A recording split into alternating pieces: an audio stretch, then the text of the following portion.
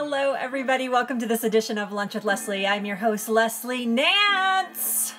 It's good to see you guys. Thank you so much for joining me here. It's a good day. It's a good day. It's a good Monday. Hello, everybody. Thank you, guys. Hello, Periscope. Hello, Facebook, and hello, YouTube. We are live on YouTube here. So here's the cool thing about that. The cool thing is that all the clocks are going off. What the what? That's a lot of clocks. They just keep going and going and going and going. Oh my gosh. Hello, Anna Marie. It's good to see you. Hi, Janie. Thank you so much for being here and inviting followers. I appreciate that. Good afternoon, everyone. Hello, Jonathan. Thank you so much for joining me here today. I did totally start YouTube Live today. I did. And so we are tri-casting right now across the internets.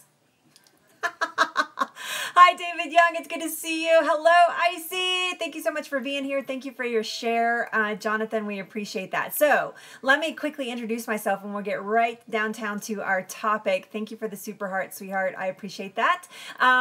So let me get right down to our topic here today. And that is food your medicine or your drug? We're actually going to talk about addiction today. I promised last week that we would actually talk about addiction.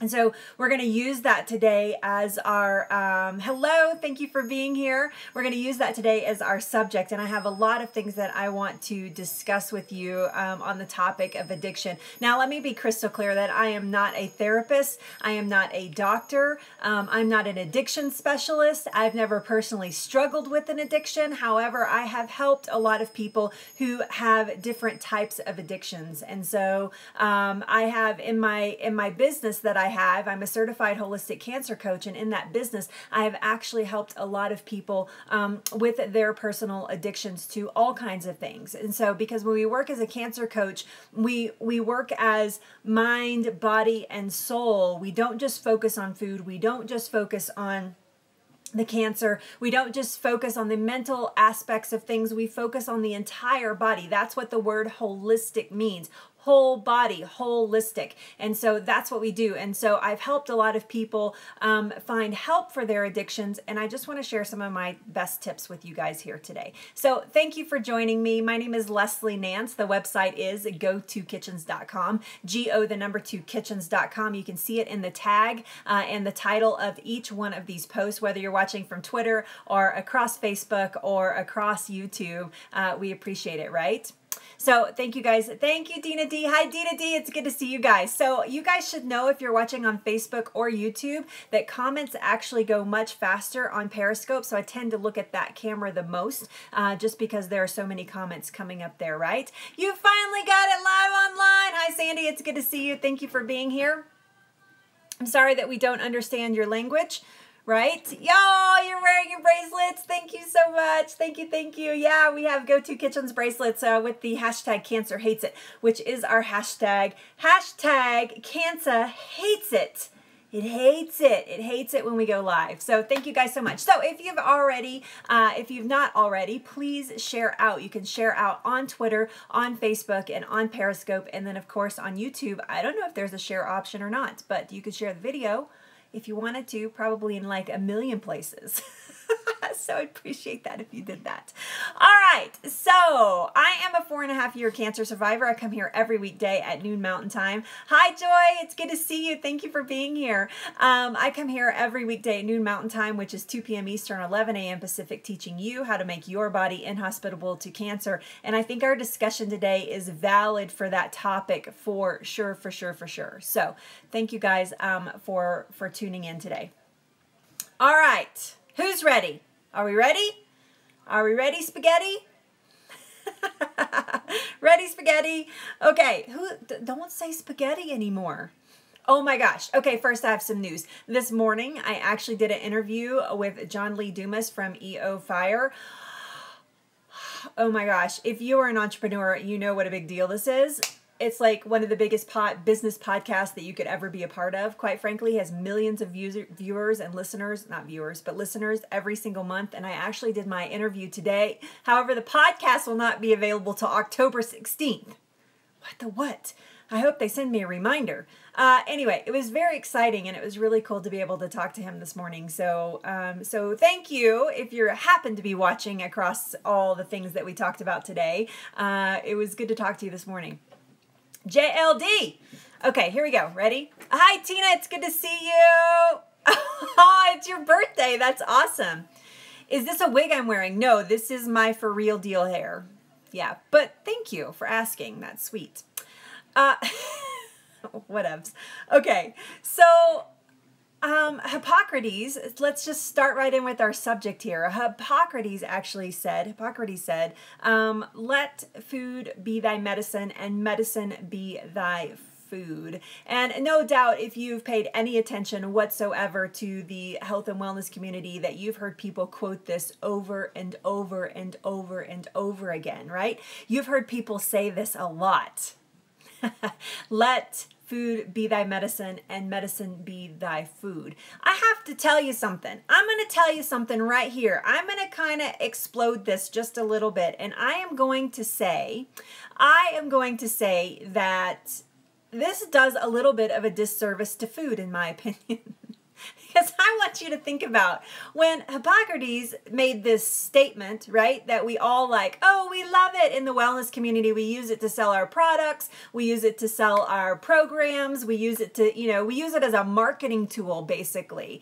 But let's be crystal clear. When Hippocrates was around in ancient Greece, he didn't know what bacteria was. He didn't know what viruses were. He didn't know what any of these things were, right? He wasn't aware, and neither was anybody else, of all of these things that could plague the human body. In fact, during that time period, the ancient Greeks thought that if you got sick, that it was because you were being punished by one of the many gods that they worshipped. So when he said, let food be thy medicine and medicine be thy food, he was talking about, right? He was talking about, they didn't have processing, that's right. He was actually talking about feeding your body well. And I do get behind that. He meant just feeding the body at all. He didn't have access to all the junk that we had. There was no Coca-Cola when Hippocrates was around. There was no Swanson's packaged meal. There was no McDonald's. There was nothing, right? So, right? Stress, no stress. That's right, exactly. And so when we think about that, there is a lot of wisdom in that statement. But honestly, for me, it feels like there are no Lucky Charms. That's right. To me, that feels like that statement is true, but taken way out of context, right? Taken way, way out of context. But I do think that it's fitting for our conversation today, because I actually used it as part of my title today, is food your medicine or your drug? Now, obviously, I don't mean literally. We're not being literal here. We're using this as a metaphor for talking about addiction today, because normally when we think about medicine, we think about prevention and curing and that sort of thing. And when we think about drugs, typically when somebody says drugs, right, we think about illicit drugs and things that are addictive, things that we get addictive to, narcotics, let's say, that we get addictive to. And so that's what I wanted to talk about today. So I digressed a little bit talking about Hippocrates and the theory of food is thy medicine and medicine is thy food, although it's a great idea. Just be clear that Hippocrates was using it as a completely different metaphor than we see it a lot being used today, right? You can be addicted to medicine too, absolutely. I need a new drug, one that won't make me sick. I can't remember the whole song. Oh my gosh, I can't believe I can't remember the lyrics. I'm like the freaking lyric queen, but whatever. Hi YouTube, thank you guys for watching. Hi Facebook, hi Periscope. We are live across 3 platforms today. You're actually all in a circle. It goes Facebook, Periscope, YouTube. Watch, I'm going to look at each camera so you know where each camera is. Facebook, hi Facebook, Periscope, hi Periscope, and YouTube, hi YouTube. Hi Rory, it's good to see you. Oh, yay! Yes, right? I'm addicted to nonstop talking. That's funny because if I don't talk, what's going to happen? This is what okay, if I don't talk, this is what I'm going to be doing.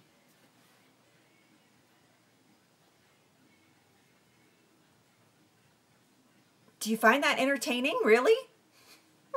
Hi, Brenda. It's good to see you. Thank you for being here, right? It is no bueno.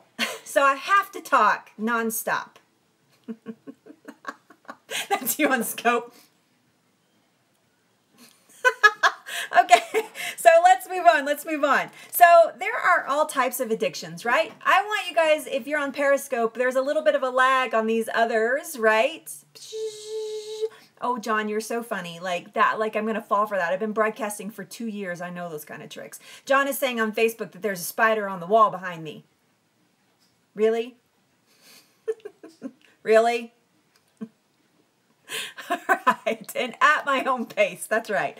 Okay, so there's all types of addictions. So if you're in Periscope, it's really awesome sauce because you can type in your comment and I can see it straight away. But I want you guys to type in the different types of addictions that you think, or maybe even if you want to get personal, that you struggle with, right? So we all know, I know, right? You used to see books, I know, right? I did get Facebook comments fixed. You're absolutely right. You're absolutely right. I did, Kelly. Yes. Diet soda. I love that. We're going to actually, that's going to be my personal story today. I love that, She-Wolf. Yes. Diet soda. Cheesecake. That's awesome. I don't know what that means. Oh, making babies. You're addicted to making, that's hilarious. Making babies. Okay. Sex. Is that what you're talking about? Coffee. Yes. Cigs and alcohol. Love it. Yes. Anybody else addicted to Hermosa? I don't know what that means. You're a carbaholic. I love it, Chris, right? Food as emotions and bored. So anything sugar, carbs, mostly at night. I love it, right? 4, and you got your 2 bowl. I love it. Espresso. Yes. Approval of a man. That's interesting. Cannabis. Okay. Yep. Sweets. Addicted to work. Right? Yes, absolutely. Those are all fully addictions. Fully addictions. Of course, there are addictions to cigarettes. There are addictions to chocolate. There can be addictions to certain types of foods. There can actually be addictions to drama. Have you ever known anybody that's been addicted to drama? Like I have known people, Cake, right? I have known people who are addicted to drama. Like they can't wait. Yeah. They can't wait until, oh, thank you. That's so sweet. Right? I know. Facebook, cell phones, right? There is actually a study out right now about teens that are addicted. I'm like, teens, adults that are addicted, like everybody addicted to their cell phones. Although you're watching me from a cell phone right now, probably. Selfies, right? Pizza. Okay, now I can get behind. There is nothing wrong with the pizza addiction. I'm just saying. Right? Start drama? Yeah, absolutely. Oh, I understand. I understand. Addicted to stress. I know people that are addicted to stress. They don't function well unless they feel like they're stressed out. Right? That's kind of addicted to drama. Ah, I do too. I do too. I know. I'm not a good, I'm with you, Courtney. I am not a good selfie person. Like, I'm the worst. Like, here I go to these events. I'm asked to speak at these public events, right? I go to these events. You can ask Janie. Janie, like, totally knows this about me. I go to a public event, and I get all wrapped up in talking to everybody, and I never get I never think about taking a selfie with them. Ever. So I end up in, like, no photos because I don't take selfies and people don't take selfies with me, and I forget. It's not that I'm opposed to selfies, I just totally forget. So I'm addicted to forgetting about taking selfies when I'm supposed to. Right? I know, it's true. It's true. I agree with that, actually, Creative 9, right? You forget to, right? Yes, it's true things. Absolutely. We get to the end of the event and I'm like, crap, I didn't take any pictures. Too many stalkers. I love it.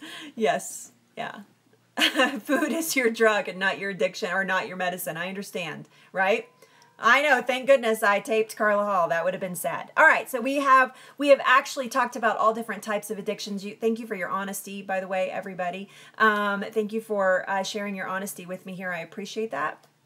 And so let me just introduce myself super fast again. My name is Leslie Nance. The website is gotokitchens.com. I'm a 4.5-year cancer survivor, and I come here every weekday at noon Mountain Time teaching you how to make your body inhospitable to cancer. I'm a certified holistic cancer coach, and today we're talking about addictions. No one in their lives is immune to trials and tribulations and heartaches and tragedy. We all have these obstacles in our lives, right? We all have heartaches and tragedy and tribulations, and every single one of us. And some people might say, well, I have it more than other people. No, you don't. You just may talk about it more than other people do. Right? Maybe you surround yourself with people that don't talk about their heartaches and their tragedies and their tribulations and their lives. We all have these things, and this actually kind of goes hand in hand with addiction, because 50% of addiction, it's scientifically stated that 50% of addiction comes from genetics, and the other 50% comes from coping skills. Oh, that kind of knocks me around a little bit. Right? This kind of knocks me around a little bit because that is hard for me to say. But it's true. Scientifically, they have proven. There actually is a large double-blind study with identical twins and paternal twins, and talking and dealing with addiction. And the paternal twins, so not identical twins, actually had, right? I know, it's true. It's true. Yeah, a perfect mix for alcoholism, absolutely. And so, but the paternal twins that were not identical twins, this was the genetic study that they did, actually one could have an addiction, and there was only like an 8% chance that the other twin would have a similar addiction. In identical twins, in this study, they said that the identical twins, if one of them had an addiction, it was 50% more likely that the identical twin would have the same or similar addiction. It's crazy town. It is crazy town. 50% genetics and 50% coping skills. Now, that's just one study. There are many, many studies that talk about addictions. Obviously, it's probably one of the most well-studied things in the world is when we think about is dealing with addictions, right?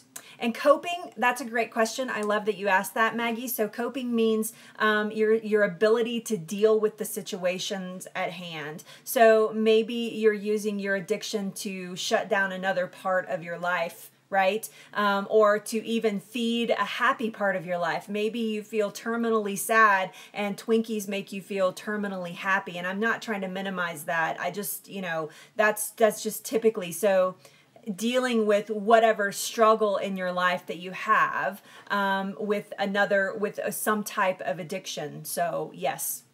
We're going to talk about the structural, the structural balance of an addiction as well today. So there's the difference between somebody who suffers with addiction sometimes and the difference between people who do not suffer with addiction sometimes is the fact that when we have heartache and we have struggles and we have strong emotions of either love or hate or anger, positive or negative emotions is how we react to them. Some people will take them as a growing and learning experience, and some people will take them as a run and hide experience, or they digress in their growth instead of experiencing growth, they actually digress. And so addiction becomes a very big part of somebody's life typically because of something like that. And it can be born out of habit as well. So if you watched your mother or father smoke their entire life and you were exposed to that type of lifestyle, the chances of you smoking are going to be actually quite higher at some point in your life. Same thing with food, same thing with a parent or even whoever raised you. Their examples, it's called your imago, can actually translate into your life in very different ways. And for some people, it's like, I am never doing that. Like, I saw what my mother or father or who my caretaker was doing, and I will never do that. Or they fall into the pattern of what the bad habits or the addictions that their parents had as well. So, right? That was you. Yeah, absolutely. And so So yes, so it's you know it's usually an extreme swing one way or the other, right? Especially if you're dealing with somebody that, right? I love that. Especially if you're dealing with somebody who had an extreme pattern of addiction. Yeah, I love that. Yeah. Right? Making that decision to fall into it, right? Died of lung cancer, right? And so you had the like, I'm not doing this. Like, I'm not doing this. Negative examples are powerful and actually sometimes can be more powerful than our positive examples, unfortunately. Yeah, absolutely. So there's a really harsh saying, and I find this saying so abrasive, but I think it is so appropriate for our discussion here today. And this is the saying, and I'm going to read it so that I don't mess it up. And the saying is this, and I don't know who said it, but you are a product of your choices and not a victim of your circumstances. Good for you. I love that, Anna Marie. Yes. I love that you did that. Anne-Marie said that she had stopped smoking several years back. She in her 27 and now she's 30. I don't want to age you. I think you said 33, but I'm not sure, right? So, right? Yeah, we're going to talk a little bit about, I'm going to give you my top 5 tips for addictions today. Yeah. Ah, that's amazing. 37. Okay, that's a long time. That's like 10, 11 years. That's amazing. Stop cold. That's amazing. I love that. Can you repeat that? I will. I was going to repeat it, but yes, I'm going to repeat it right now. You are a product of your choices and not a victim of your circumstances. Now, this may cause a reaction in you where you're like, but, there are no buts there, right? Somebody may say, well, I was in an accident. I got into an accident and that's what happened to me, and that's what caused this and that's what caused that. But you made a choice to drive your car that day or to go hiking that day or to whatever it was. You may not have made a choice to have the accident, but you made a choice that day to do whatever it was that caused that chain of events. Now, I'm not saying that you caused your accident. Well, some people do cause their accidents, but I'm just saying that you are always a product of your choices. And this actually trends down into the talk about addictions. And it's a harsh statement. And it kind of stabs me a little bit personally, because there are a couple of things in my life that I would love to cry victim about, right? That I would love to say I was a victim of this. But really, if I do a lot of soul searching, these were things that I made choices about. And I'm not saying that you're sick because you made yourself sick. I'm not saying that you have a disability because you gave yourself a disability. But the other side of that coin, and really where the message really lies in this entire conversation and that particular statement, is how you deal with the cards that you are dealt. So forget about what happened to you. Forget about what the source is. Forget about what your triggers are. Forget about all of that. It really lies within how you're dealing with what has happened to you, whether it be an accident, whether it be, right, whether it be whatever it is, right? Whether it, for me, cancer, whatever it is finding that balance in how you're dealing with what happened to you as opposed to crying about what happened to you or laughing at whatever the reaction is, right? So I want to give you an example of this. I have a dear friend. I don't get to see her nearly often enough. She lives in Denver. She has cerebral palsy, and she is in a wheelchair. And she's been in a wheelchair most of her life. And she is completely, she can control it with one hand, and the rest of her body is not controlled very well. Fortunately for her, she is smart as a whip, and her brain functions, and that's the thing with cerebral palsy, right? She didn't ask for it. She probably didn't do anything to cause it, but she has it nonetheless, right? And so she is a product of her choices. This woman is the best example, and everybody knows a person like this typically. She's the best example I can find that she is a product of her choices, because every time I see her, she's got this beautiful lipstick on, her nails are painted, she's dressed to the nines, and she's actually a docent in a very high-end art museum in Denver. And like one of our premier art museums. And she goes to work, she teaches people about art.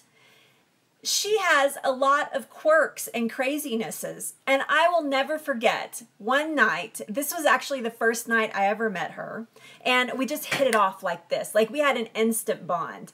And we one night we were at this art function in this fancy pants high-rise in downtown Denver, and I just met her for the first time, and she was sitting in her chair, and she was sitting down low, and I had on I'm short, but I had on really high heels, and I was looking down at her, and I was talking to her, and she's like, do you know that I could be as tall as you? And I was like, for all I know, when you stand up, you're as tall as me. And she's like, no, I mean in my chair. I was like, no. And she made her chair like come way up, and she's like way up in the air, and she's looking me like eye to eye, right? She's looking me eye to the eye. And I'm like, well, that's pretty cool. She's like, yeah, it's just kind of scary. so we continue to have this conversation. And so we had a great night. And so we went with a group of friends. She knew some of my friends that I was there with. We went with a group of friends out to eat that night. So we went out to eat, and, you know, she could make it a big deal that it was hard for her to eat, and there could be a lot of drama, and there could be all kinds of things surrounding the fact that, you know, when she picks up her glass, it may jiggle a little bit, and she may like slosh out some of her drink or her fork, or she may get food down the front of her. She can make a huge deal out of this, but she chooses not to. She's a product of her choices. And I have to say, excuse my language, and I apologize that I'm going to use this word, she's a badass. And I look up to her. I may look down at her to talk to her, but I look up to her because she's a product of her choices. She's amazing. So that night after dinner, we are getting ready to leave, and it's dark out, right? And it's kind of late. And I know that she has to like go to a bus, because we've talked about it. She has to ride, you know, and I'm like, let me walk with you to your bus stop, you know, because she lives in Lakewood. This is downtown Denver, and you'd have to know the area, but she's got to take a bus to go home. And I'm like, let me walk you to your bus. I don't want you going by yourself. And she's like, whatever. See ya. She said a word I'm not going to say. See ya. She flips the chair around, and she is gone. Like, bzz, like buzzes off. I mean, I can still see her buzzing down the sidewalk to her bus stop. Now, this woman could be a victim, right? She could, if anybody deserves to be a victim, it could be her. But she's a product of her choices, right? She's a product of her choices, right? So you're type 1 diabetic, so drugs save your life, basically, right? I know. Amazing, amazing human being. Honestly, amazing. Isn't she? She's a lovely example. She's the first person I thought of. As soon as I hear that, it's the first thing that I thought of. Now, when I was diagnosed with cancer, I really wanted to be a victim. I wanted everybody to, I wanted t-shirts. I wanted everything to say cancer on it. I wanted everybody to know that I had cancer, and I wanted to be the victim, dang it. But what happened through my journey is I actually chose to be the product of my choices instead of the victim of my circumstance. And it's brought me to you to do this. This is how Go-To Kitchens came about, is because I made those choices. So there are no buts. There's no like, but, right? Even though that's a harsh right? I know it's so easy to default to be, I totally agree with you. I totally agree with you. But you just make a choice. You make a choice. When the cards are dealt to you, you make a choice. Right? I know, Pam. Pam, you're a great example of this. Pam, you could choose to be the victim so easily, but you have chosen to be a product of your choice. Is the cancer gone? Yes, it is. Absolutely. I'm completely cancer-free, right? 100% cancer-free. I did. I taught myself and I made another choice. You're absolutely right. You're absolutely right. May I ask why that feels abrasive to you? Thank you, Kelly. That's a great question. So it just, I don't know. It just feels so harsh, right? So I think about my friend in the wheelchair, right? Ding, ding, ding for Leslie. I love it. There's the bells right now. On my website, go2kitchens.com, GO, the number 2. It's in my profile on Facebook. You can, on Periscope, you can find it there. It just feels really abrasive to me because it's kind of in your face, right? To say that you are a product of your choices and not a victim of your circumstances. Because what if you were born in a poor community and that was not your choice, right? You felt like you were a victim of your circumstance as opposed to a product of your choice because you didn't choose that. But what happens is you choose what to do with that after, right? Although you didn't have a choice, you choose what to do with that in your life. And so, but I know a lot of people that would have never chosen the life that they were given. So at first it feels very harsh and abrasive to me, but at the same time, feels very empowering when you embrace it, right? See, you like it. It sounds empowering to you. I love it. I love that you have that takeaway. Maybe I'm just a little sensitive to that, right? Yeah, no, right? Yeah, and no, that's crazy. That should just be unacceptable, honestly. Yes, yeah. Right? No one chooses to get cancer. Hi Karen, it's good to see you. There's a lot of truth in that. Like I would choose cancer again just because it was the most empowering thing that ever happened to me. If somebody said to me, Leslie, you can go back and not have cancer, would you make that choice? And I would say no every single time. I would always choose my path, right? It's true. It's how you choose to deal with your experiences.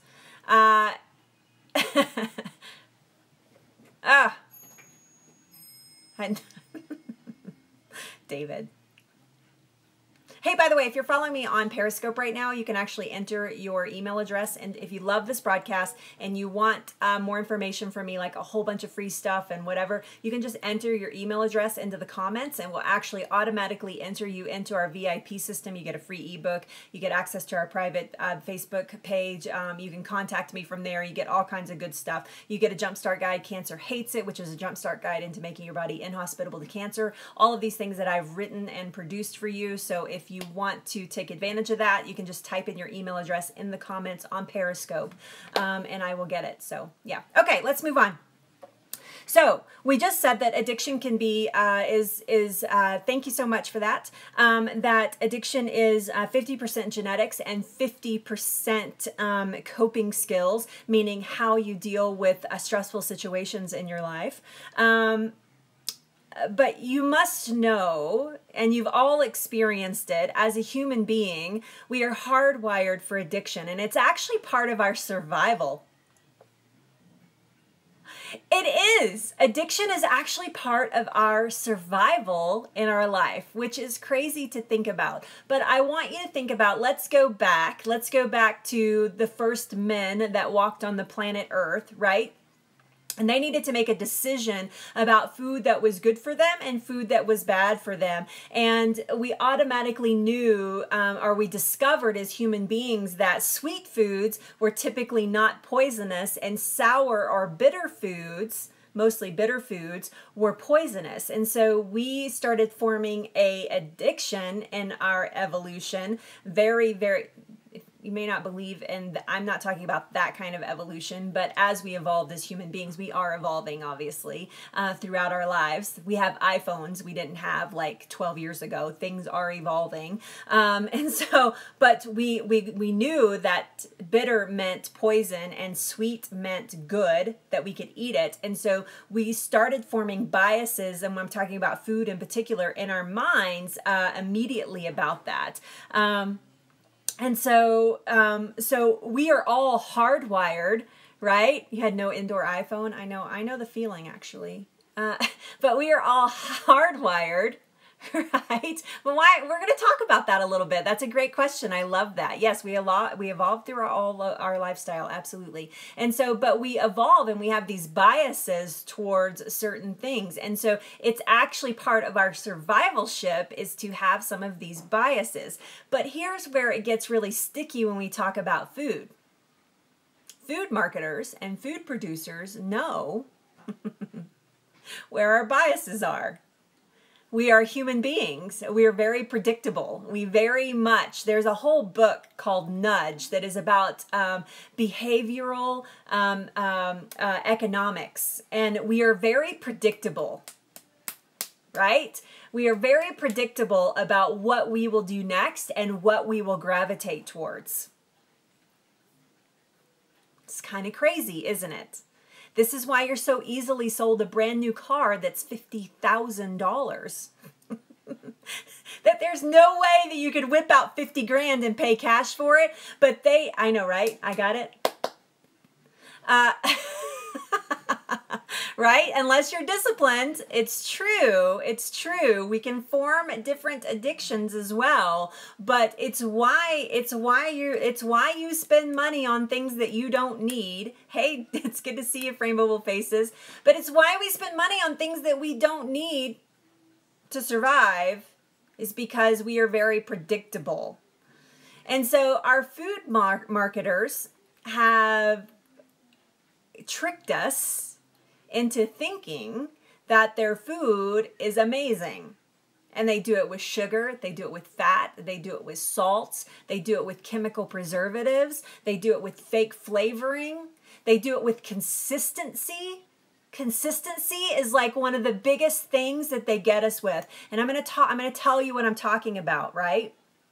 I'm going to tell you what I'm talking about. They have lots of tricks up their sleeves. And so if you go to a Chili's in Fort Collins, Colorado, and you go to a Chili's in New York City, and you get I think the only thing I can remember on the Chili's menu is the potato skins. So that they may not even have them anymore. But if you get the potato skins in Fort Collins, Colorado, and you go to New York City and you get those potato skins, guess what? They taste just alike. And it's that consistency that we get addicted to. It's that I know that this tastes good and that I want to eat it, right? If I go to a McDonald's here in the States and I order a hamburger and I go to a McDonald's in Italy, I'm going to be able to get the same thing, right? And so they get us with that consistency, and equally as bad for you. That's exactly right. Right?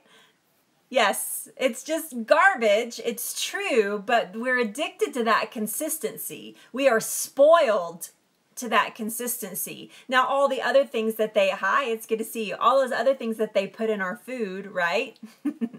Yeah, all those, right? They trick us visually. They trick our taste buds. They trick us with their advertising campaigns. How many times have you ever gone to get a hamburger and you pull it out of the freaking wrapper and it doesn't look anything like the hamburger that was up on the thing, and you're like, what the?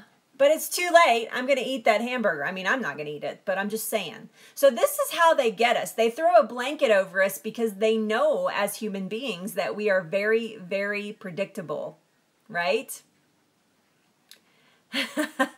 Yes, 100% of the time, right? Guilty, I know. So, but they get us like every single time.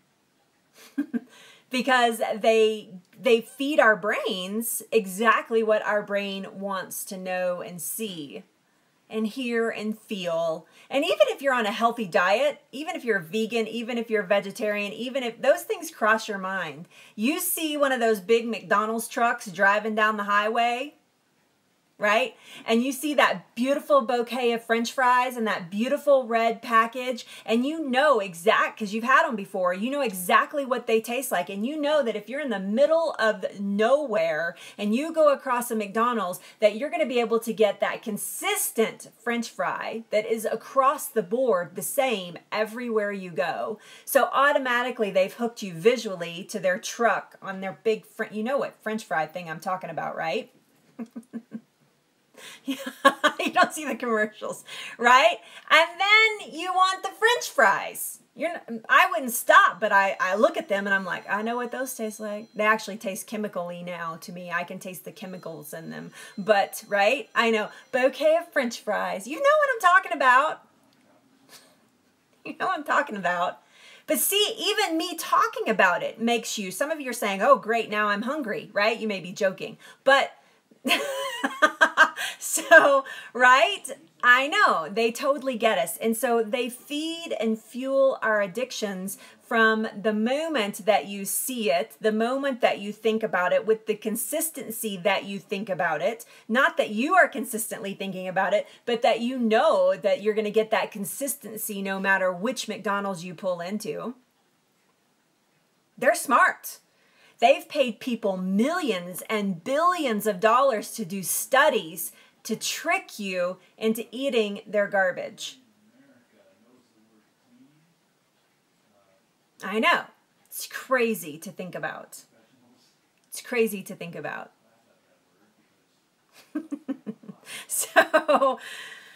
So there you go.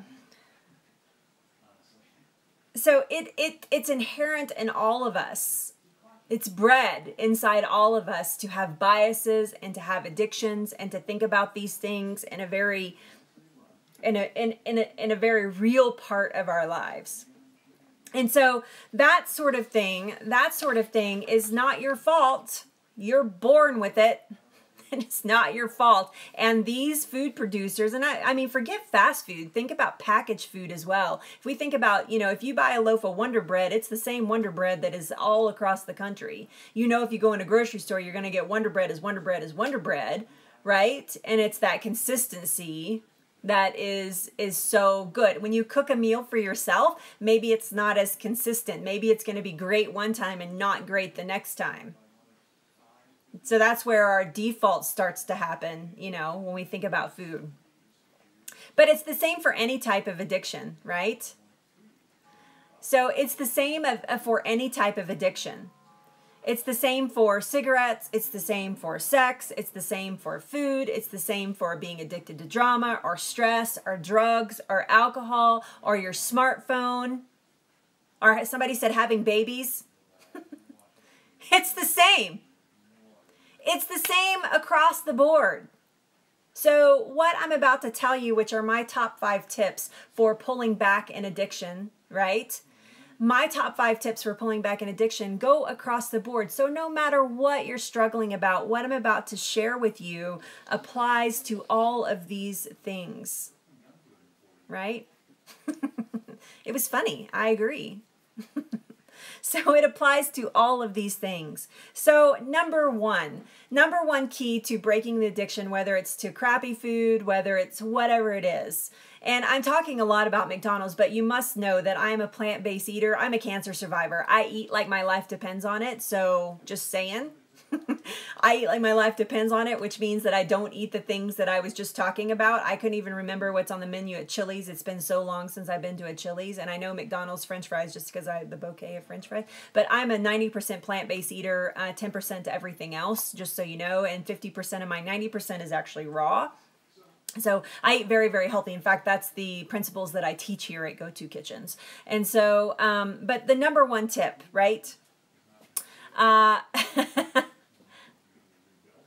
Yes, a good way to eat. Yes, absolutely. I don't necessarily believe in an alkaline diet. I do believe in getting your body out of emergency mode. If your body is out of emergency mode, then it will naturally be an alkaline condition. So your body's actually really good at staying at a good pH. The reason that we throw it off is because of medications, drugs. I'm talking about illicit or illegal drugs, and poor food. So yes, yeah. Okay, so here we go. Number one. The number one tip that I have for you is this. You need to truly and fully accept what you're addicted to. You need to have a come to Jesus moment or whatever you want to come to, but you need to have a moment in your life where you're like, okay, fine, it's an addiction. I have an addiction. Even if at first, right? Even if at first you are like, I don't want to admit it, but I do, right? So the first step to curing an addiction is to acknowledge that you have one. Now, you don't have to make a Facebook post. You don't have to go crazy town saying to everybody, I have an addiction, I have an addiction, I have an addiction, I have an addiction, because then you'll have an addiction to people going, oh, you have an addiction. Right? So don't replace one bad habit with another one. But to truly accept in your heart of hearts that you have a problem. If you have a smoking problem, if you have an eating problem, if you have whatever it is, if you're addicted to drama, whatever it is, to say to yourself, I have an addiction. This is why when people go to AA, their whole meeting starts with, you know, my name is so-and-so and I'm an alcoholic. It's that admittance that you have a problem where the shift starts to happen. Now I'm going to tell you a little story about accepting an addiction, right? I am going to tell you a story about accepting an addiction, right? Yes. And that is this. It's been several years now. I would say, well, it's been more than several years. I would say it was about 2011, about a year before I was diagnosed with cancer. My husband made me really mad. My sweet, little, cute, precious husband, right? Right? I love that addiction. But it could be an addiction, right? I'm not. My husband owns a clock shop in their house here. So, but my husband made me so mad one day. I wanted to punch him. I was so mad. And you have to know that I have a brilliant relationship with my husband. I am so married. It's ridiculous. We've been together for 17 years and I love him more. And I can honestly say this, I can love him more this second than I loved him last second. It's just a fact. But he made me so mad one day, I wanted to punch him. And it was over this, if you can believe what I'm about to say. That's great to hear, right? I know. So it's over this one thing. He said to me, I think that you drink too much diet soda. You drink way too much Diet Dr. Pepper. I mean, seriously, Leslie, you're drinking like 16 ounces at breakfast, 16 ounces at lunch, and 16 ounces at dinner. I would drink it all day, essentially. And I don't think you drink enough water. And I think this is the problem why you're struggling with, like, your skin. Like, you're complaining about breakouts, and you're complaining about, you know, this little fat roll, and you're complaining about chubby thighs and everything. And I actually think it's your diet soda that's causing it.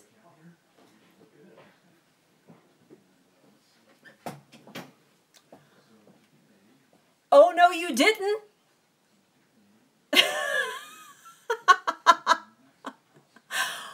Oh, no, you didn't. I was so mad at him. I think that this was way back in like 2011. So let's get this clear. Way before my cancer diagnosis. I was so mad at him. I literally wanted to punch him. But you know why it made me so mad? Because he was right. Right? He was right. And I was wrong. And that's why it made me so mad. So if you're sensitive about your addiction, like you are addicted to French fries or whatever, and somebody says to you, or let's just use my Diet Dr. Pepper scenario, because you know what? It was going to be work. It created work for me to quit. But he called me out. He said, I think this is part of your problem. I've been doing some reading. I don't think this is good for you. I think you need to stop all this carbonation. And I'm like, oh, but you drink soda every single day. And da da da da. And what do you talk about? Me not drinking. I was mad at him. I was mad. I don't think I said anything for a couple days. I was mad. He called me out on something that I knew that I was doing wrong, that I knew that was bad for me, but for some reason, I didn't want to give up because I really like Diet Dr. Pepper. I knew it wasn't good for me, right? I knew it wasn't good for me. I knew what I was doing was bad for me. But who are you to call me out on drinking my Dr. Pepper? I was so mad. And so, but what it stimulated in me was actually to be mindful of what I was doing. So the next day when I got up in the morning and I was going to have my breakfast and my Diet Dr. Pepper, it's ridiculous for me to think about now. It's so ridiculous for me to think about. But when I got up the next morning and I was going to do my same routine, I had a mindful moment of, you know, he's right. I don't want to tell him he's right, but he's right. I do need to stop this. And it's gotten out of control because it started with 1 during the day and then it grew to 2 and then it grew to 3 and whatever. But I was so defensive. And so probably, I don't know how much later it was in that, I went to him and I said, you know, you're right. I have an addiction to this and I'd like to quit it. Can you help me quit it? And he's like, yeah, I'm sorry I made you so mad. He was so apologetic. I'm so sorry. I didn't mean to make you so mad. Blah, blah, blah, blah, blah. And I was like, no, you're right. And so I actually quit Diet Dr. Pepper cold turkey, which if any of you have been addicted to diet sodas, you know that that's not easy. Some of you may be making fun of that, but that's not an easy thing to do. I quit it cold turkey. No more. I had like, I don't know, probably like a case of 16-ounce bottles in my pantry, and I poured them all out. I poured them down the sink because I didn't want anybody else to have them either. I'm not going to give them away, right? So I quit Diet Dr. Pepper. This was way back in 2011, before my cancer diagnosis. And so, but I was so defensive of that freaking addiction, right? When anybody would call me out on it or look at me like, really? You're going to drink another one of those? You know, you're going to have another one? It offended me. And so, but as soon as I came to terms that I had an addiction, that I accepted that I had an addiction, then the healing could begin and I could stop the spiraling that I had. Now somebody asked me if I had headaches. I actually started drinking sweet tea, just regular, I started with regular tea, then I switched to an artificial sweetener, got called out again for that. I switched to Splenda, and so, yeah, and then I went back to sugar tea, and I just broke my sugar tea habit about 1.5 years ago. It's been about, can you believe it's been that long? It's been about 1.5 years ago that I broke my sugar tea, sweet tea, yeah. So, yes, crazy, right? I know, yeah. You're addicted to the internet. That is a valid addiction. Yeah, it's true. It's true. So that's number 1. Truly accept that you have an addiction in the first place. You got to realize it. You got to understand it. You got to know what it is. You got to identify it. You got to put wings on it. You got to figure out what's the what. Right? So that's the first thing that you need to do. Number 2 is you need to identify what your trigger is. So what's your trigger that we use for, you know, what is the trigger that causes the addiction? What is, you know, right? I love that. Good for you. Hi, Sherry. I love it, Chris. Yay, Chris. Hi, Chris. It's good to see you. Right? Way to go. Way to go. I love it. Yeah. So identify what your trigger is. This is, number 1 is admit it, right? And number 2 is understand what your trigger is. What triggers it? Stress, loneliness, anger? Do you do it because it makes you feel good? Do you do it just because it's just a habit? Like the worst kind of addiction is that it's just a habit. Like there's no reason you really do it. It's just become part of your life, right? Is it attached to a memory? Do you do that because you attach it to a memory? Is it the time of day? For me, it was the time of day, breakfast, lunch, and dinner. You open, you know, at breakfast, you open that first Diet Dr. Pepper. You sip on that, you know, you drive to work. You got like half left. It's even warm. Whatever. In your car, and you get to work and you finish that one, and then it's lunchtime and you finish that one, so it's time to open another one, and then you drink on that all the way to dinner, and then you get to dinner, and then you get a fresh cold one. Right? It's your body saying more, more, more. Yeah. Yeah. So maybe it's whatever it is, you need to identify what is triggering that, right? So identifying your trigger is going to take you a long ways into solving what the addiction is. So if you, let's say you're a smoker. Let's say you're a smoker and maybe you don't even smoke a lot, but maybe you have a cigarette in the morning and then maybe you have a cigarette at lunch. And the reason you have it at lunch is because your good friend that you work with is like, hey, let's go out for a smoke break, right? And it's a reason to get up from your desk and go outside and take a break. Right? It's a break point in your day. I have a friend actually that's dealing with this right now, and it's her biggest thing. Like it's so hard for her because it's her break points in her day is to go out and have a cigarette. And I'm like, well, instead of going out, she and I are working on this actually. Instead of going out to outside to have a cigarette, because she won't smoke in her house, which a lot of people won't. Instead of having that break point for a cigarette, why don't you go outside, take your shoes off, and walk in the grass? And look at the flowers and look at the sky and look what's going on around you. Put your phone down. Be mindful of your surroundings. Why don't you take a little short walk?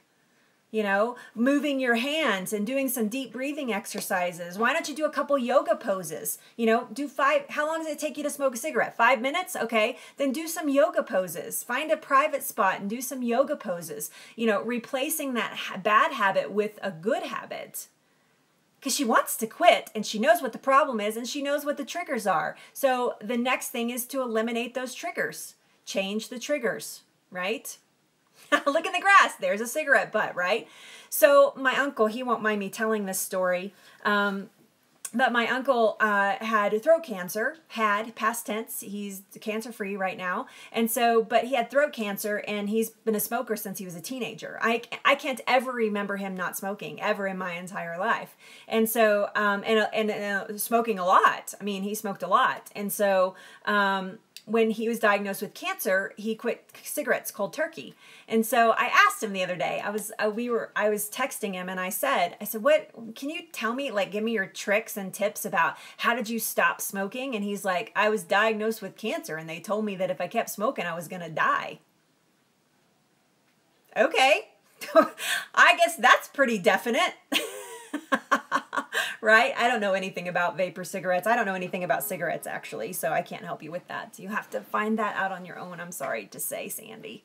Right? So I was like, well, that'd pretty much do it, right? You're going to die if you don't quit. Okay, I'll quit. Yeah. Oh, your addiction is to a lie. I understand. Yeah. So identify what your triggers are. Identify what stimulates that next thing. Now, for me, I wasn't going to stop eating breakfast, lunch, and dinner, so I replaced my habit. I replaced my habit of the diet soda with a sweet tea.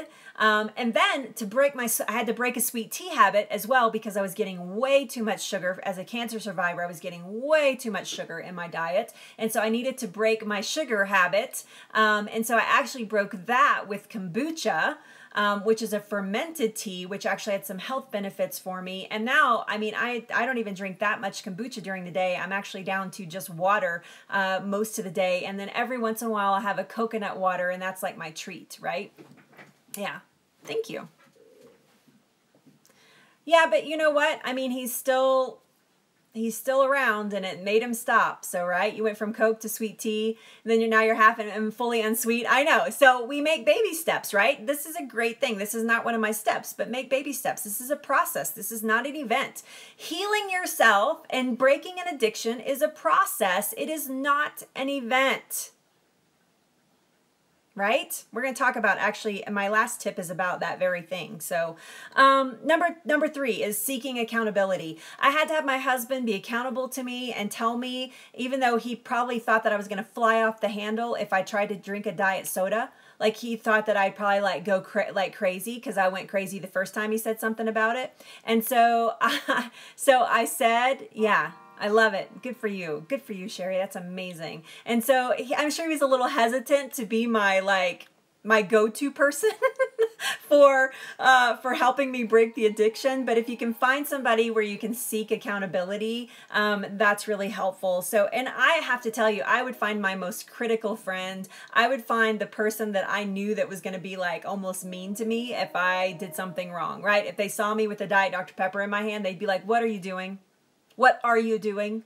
Because you broke that habit like so many blah, blah, blahs ago. And what are you doing?" Right? So not shaming me, but holding me fully accountable for the addiction that I had gotten past. So yes. So number 3 is that. Number 4, this is one of my favorite. Do you guys visualize? Are you visualizers? Do you have that? Yeah. Do you have that like that visualization skills? Right? Yes. Okay. So this is one of my favorite tips, and that is to visualize. Okay. Is to visualize what your life is like without that addiction. So number 4 is to visualize what your life is like without that addiction. It's very powerful. I mean, for me, I have to tell you, this will kind of tear me up a little bit. I can't say that word very well, right? Not very often. Not very often. Maybe like once a week I do, Sandy. But I had a visualization of not what happened to me when I stopped drinking it. I actually put my visualization on a bigger scale. I looked at big picture, and I thought about all the plastic bottles that I was using every single time that I drank a diet soda. And all the containers, like the plastic cups and the plastic bottles and even the cans and all of those things. And I thought about a year's worth of that, right? 3 times a day, just me doing it.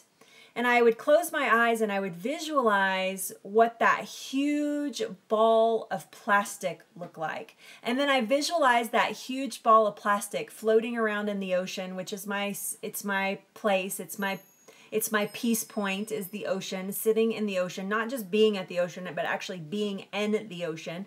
And I thought about being in the ocean, and I thought about that giant ball of plastic floating by and how disruptive that was. And then I thought about an animal that might get caught up in it or you know, get harmed by it, or even a boat running over it or whatever, and that it was my responsibility, that I had created that. And then I visualized what it would be like that I didn't have that and that I did not create that anymore. That I had stopped creating that. And so I took it to a level that was very impactful for me, right? That was very impactful for me. A scenario, not just, hey, my skin's going to clear up and my thighs are going to slim down and my butt's going to get smaller and I'm not going to have, you know, whatever, right? I visualized that next thing that was very important to me, which was my carbon footprint, what I was leaving behind. It was very powerful. And it was easy for me not to, like, every time I wanted to drink one, I would see like a little dolphin or a turtle or whatever, you know, living in my plastic mess that I was creating. And it was very easy for me to let go of that because I wanted something I wanted something bigger and better than what I was creating, right? Yeah. It's crazy to think about. Sorry, I'm getting all these notifications. They do affect others. They do affect others. So maybe your visualization is I'm going to quit smoking, and then my granddaughter, who I see all the time, won't be exposed, 1, to the smoke, and 2, maybe she won't be intrigued by the habit. So then I visualize my granddaughter growing up being completely smoke-free and not having to deal with that type of addiction that I've had to deal with. Or maybe it is if I don't stop at McDonald's then and get my lunch, then I can visualize myself fitting into those size 6 jeans that I want to wear, right? I also had tons of visualizations surrounding cancer being dead in my body. I mean, it's, yeah, so killing, you know, cancer being like out of my body, right? I do not have a granddaughter, and I don't smoke and never have ever in my life. So I'm not too young though. I could totally have a granddaughter. In fact, a lot of my friends have grandchildren. It's kind of weird to think about. I don't even have children, but it's kind of weird to think about. A lot of my girlfriends have grandchildren. So yeah, I'll be 47 in just a few days, right? You only have a fur daughter. That's right. Yeah. Yeah. All right, so that's number 4, is visualize your life without the addiction. It's very, very powerful. Number 5, celebrate, celebrate, right?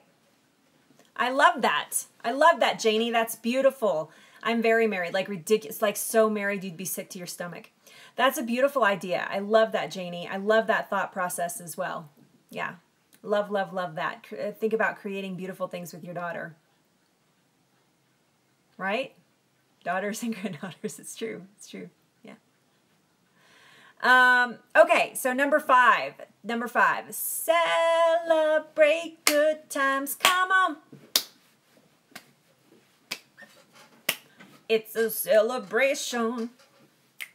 There's a party going on right here. A celebration to last throughout the year. Oh, it's an official broadcast I've been proposed to, right? Totally cool in the gang. And your laughter too.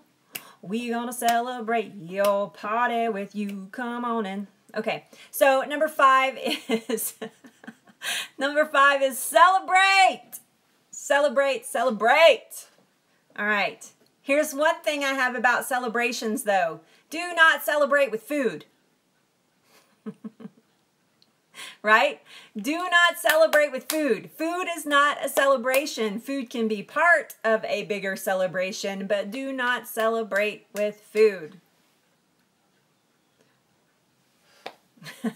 That's my tip. Or soda. Right? Yes, you were always taught that. Don't celebrate with food. I know. Unless it's a carrot or something that feeds your body and doesn't harm your body. But don't celebrate with food.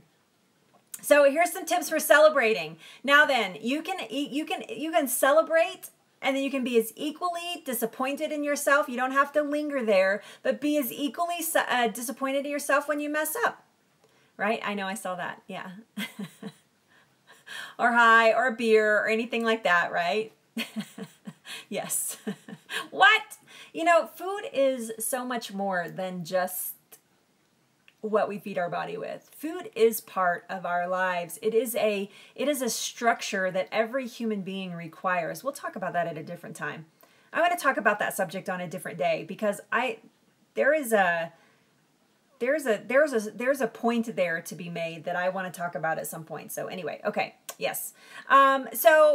But you know, you can be as equally disappointed in yourself as you can be, right? I love that. Yep.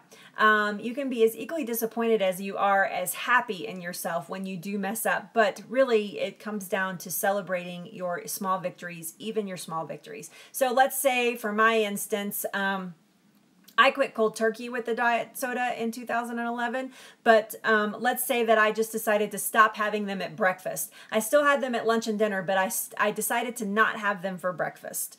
And for me, cold turkey is way better. Like, just to stop, just draw a line in the sand and say, this is it. I'm not doing this anymore, right? That's how I operate, but not everybody's like that. And so maybe what if I had stopped at breakfast in the morning? So, all right, every time I don't drink a soda for breakfast in the morning for the next 2 weeks, I'm going to buy one of my favorite songs on iTunes. I'm going to indulge, and I'm actually going to spend money, and I'm going to buy a song on iTunes. And that's actually what I did for 2 weeks.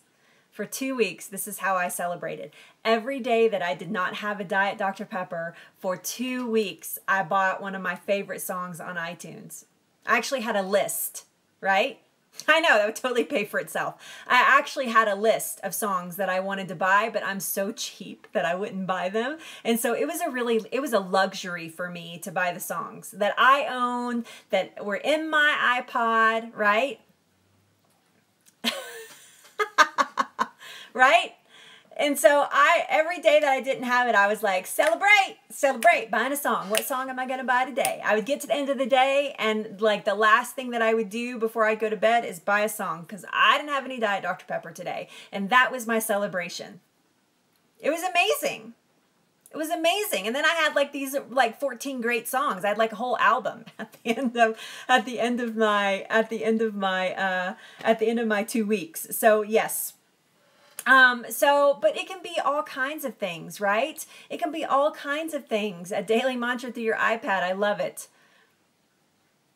Oh my goodness, so funny. You're right. So, but it was just my little daily thing that I did. So I don't know. It can be something as simple as, blowing bubbles. Bubbles are celebratory. Buying yourself flowers when you do good. Whatever it is that you like. Plant a plant or a small tree or whatever. Maybe set a goal for yourself. In 2 weeks, I'm going to plant a tree in honor of the fact that I'm not smoking anymore, right? Whatever your favorite thing is that you love, love, love, and, cut yourself off from it until you figure out your addiction. And then once your addiction is figured out, then celebrate with whatever it is that you love, as long as it's not food. Take a fun selfie. Be accountable to someone. That's part of our thing, right? Take a fun selfie and send it to your friend and say, look what I did today, right? Oh, thank you. That's so sweet. Thank you, David. I appreciate that. Take a walk in the grass, take your dog for a walk, whatever it is. These small celebrations can be a big deal, can be a big, big deal. Food is totally addiction. It's totally an addiction for some people. That's a foolish thing to say. So there you go. There's my top 5 tips. We've had quite a conversation today. I'm just going to go through them quickly again. Truly accept you have a problem. Identify what your triggers are. Again, this is good for any type of addiction. Go fishing. I love that, right? Identify your triggers and why you do it and when you do it. Seek accountability from a friend or even a professional. Visualize all the good things that happen when you stop your addiction, and then celebrate your small victories. That is my lesson for today. Thank you guys so much for joining me. Thank you, YouTube. Oh my gosh, it's our first YouTube live video, official Lunch with Leslie, which we will be broadcasting every weekday at noon Mountain Time, as long as I don't have any technical problems. We will. So thank you guys so much for joining me today. I will be back tomorrow. Tomorrow we're talking about one of the world's biggest addictions, and that's coffee. So a lot of you have been asking tons of questions about coffee, and I want to make sure that we address this. So tomorrow we are going to talk about coffee. Not tea, not anything. We're going to talk about coffee tomorrow, because so many of you asked me, is it okay for me to drink coffee? Can I drink coffee? Blah, blah, blah. We're going to answer that question tomorrow. So thank you guys so much for joining me today. My name is Leslie Nance. You've been watching Lunch with Leslie. I do this broadcast every Tuesday through Friday. We come here teaching you how to make your body inhospitable to cancer. The website is go2kitchens.com, go2kitchens.com. It is everywhere, all social media, anywhere that you want to find me. If you want to go and subscribe to our YouTube channel, at Go2 Kitchens, you can find it there. Subscribe to our YouTube channel, and you can actually watch these replays in a very formatted way, so that you are not, you're welcome, so that it's not, you're not having to watch it, find it in Periscope or anything like that. That's one of the big reasons that we are broadcasting live on YouTube now. So thank you guys. Thank you so much. Thank you for being here. Bye, Facebook. Thank you guys for joining me today. It's good to have you. Thank you guys on YouTube. Thank you so much. Remember, I'm a certified holistic cancer coach. I do one-on-one coaching with people. If you want more information about that, please check out the website go2kitchens.com and click on cancer coaching at the top of the menu bar, or just watch our little video. There's actually a new video on the homepage. If you want to go check that out, we would love it if you did that. So thanks for joining us, YouTube. We will see you tomorrow. Periscope.